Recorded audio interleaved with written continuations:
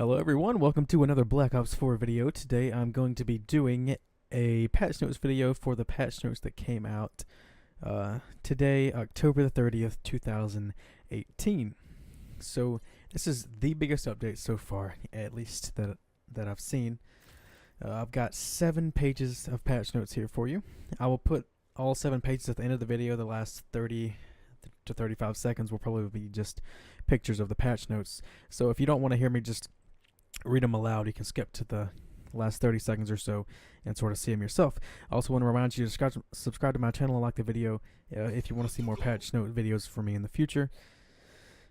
I do enjoy doing them and they get me a few views. So also check out my Red Dead Redemption 2 series if you want to see a playthrough of that game. Now let's get into the content for this video. It is titled Multiplayer Balancing Pass, Blackouts and Zombie Updates, and Gun Game and More. This is the balancing pass for multiplayer. It's the biggest one since launch. It changes to pretty much everything in the game. Also the debut of Gun Game, Mercenary Deathmatch, Mosh Pit, Chaos Domination, and they were just some spawns a little bit. They said the weapon ecosystem is in a healthy state.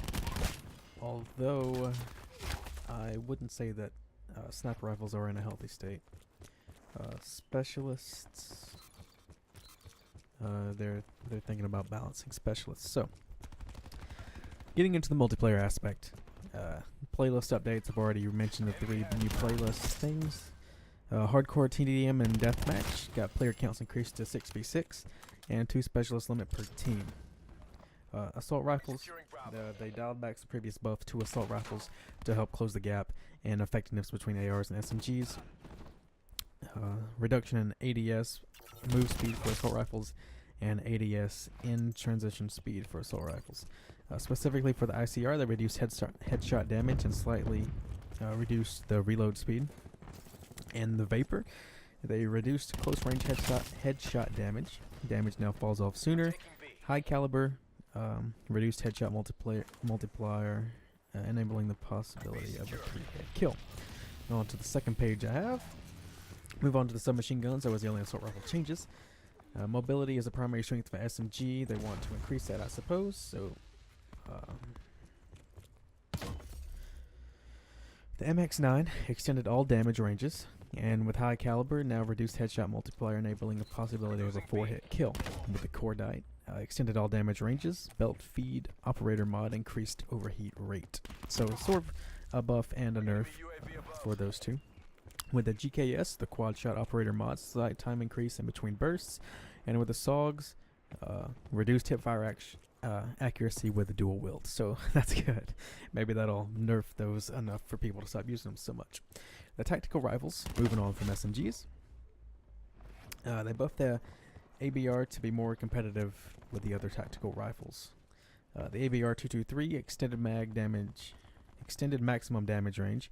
Repeater operator mod now takes longer to accelerate fire rate. Stock slight reduced in movement speed bonus, and with the laser sight 2, they improved the hipfire accuracy. The last tactical rifles, the Swordfish, with High Caliber, they reduced the headshot multiplier, eliminating the possibility of a 3-hit kill. And with the Pentaburst operator mod, they reduced the extra granted clip size. Now for the sniper rifles, oh lord, there's a lot of them. Reduce idle sway, remove turn sway when aiming down sights on all sniper rifles. And specifically for the Paladin, with High Caliber 2, hitting in the lower torso on a full Tech 5 boosted enemy will no longer be a 1-hit kill. FMJ 2, improved damage against score streaks. And Stabilizer 2, player can now hold breath sooner after the previous hold breath. With the Outlaw, they improved the base damage from 110 to 130, so that's a good change. Reduced the idle sway, increased base movement speed, and with the Stock, it slightly increases the ADS movement speed bonus.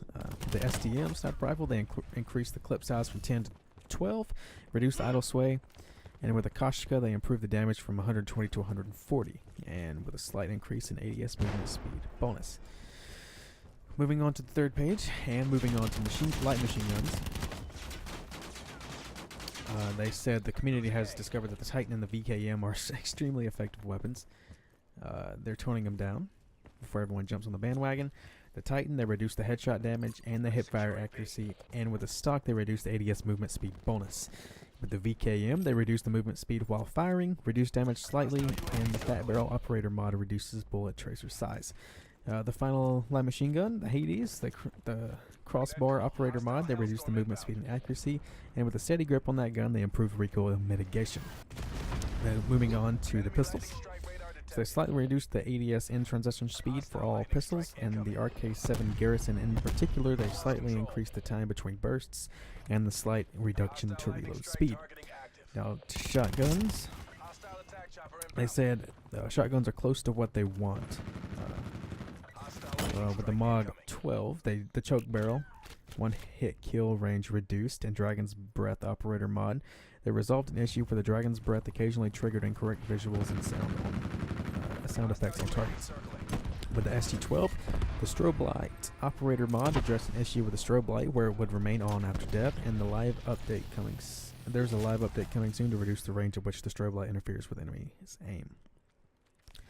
The attachments, this is attachments for all weapons they changed.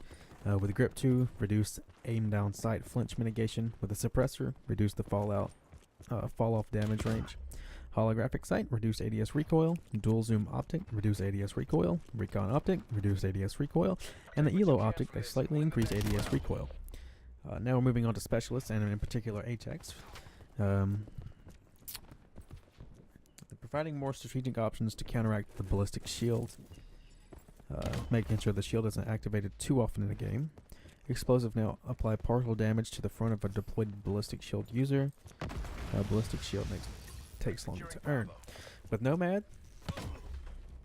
reduced K9 unit health by 10%.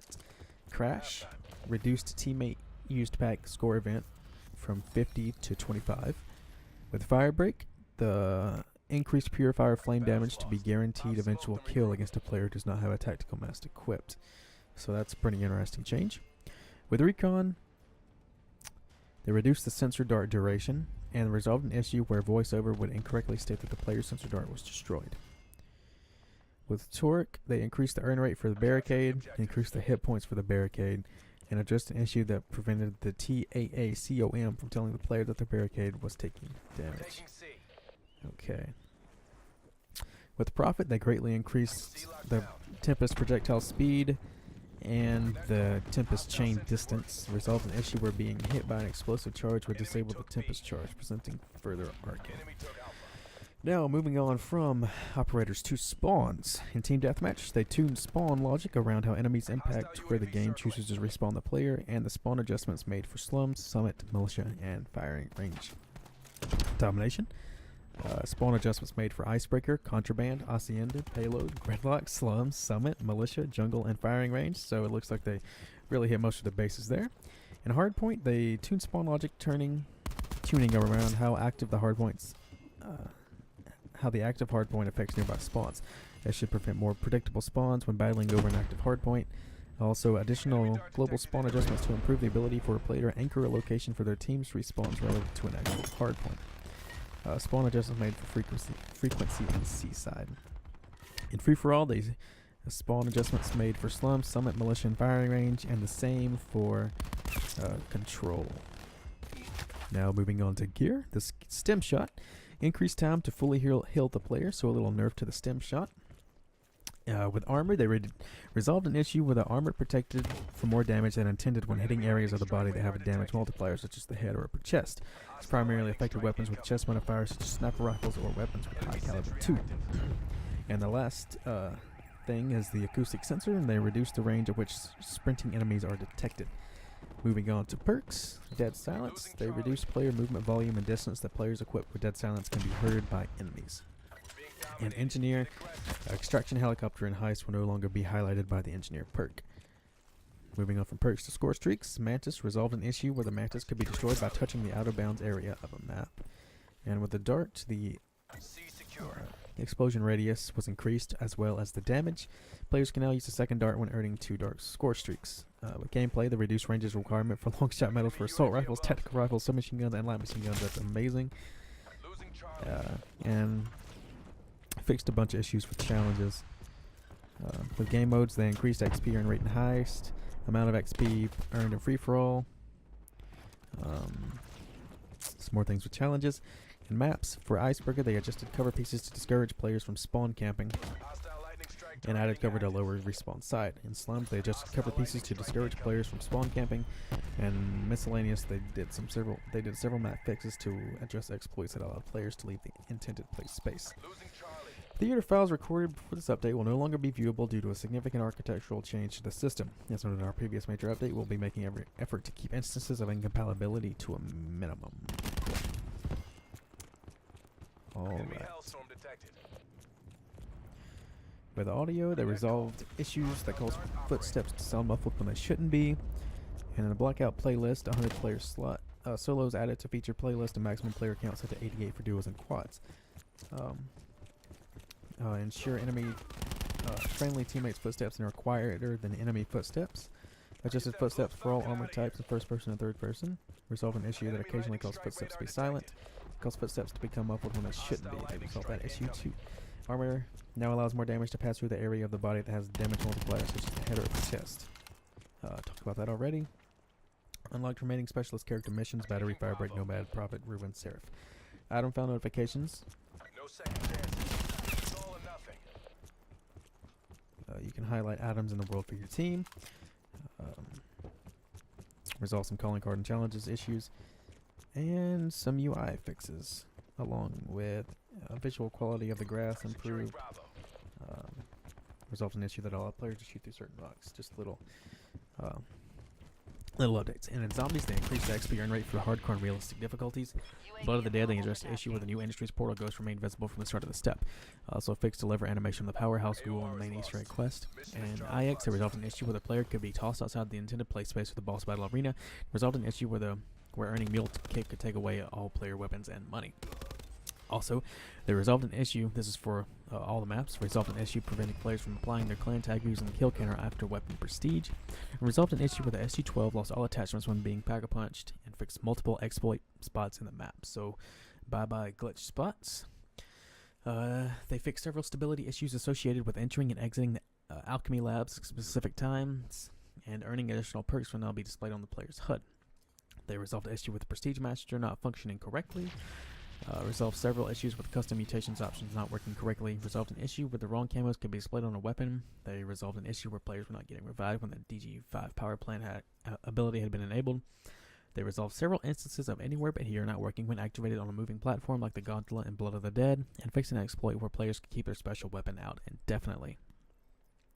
Then under General, players can now invite players who are online but not in the game to their in-game party. And just some minor skin fixes. So, thank you so much for watching. This has been the patch note video for October the 30th, 2018. This has been Genho. And please like the video if you enjoyed. Subscribe to my channel if you're new and you'd like to see more from me in the future. Hit that bell button down below to get notified when I upload a video. Peace, boys.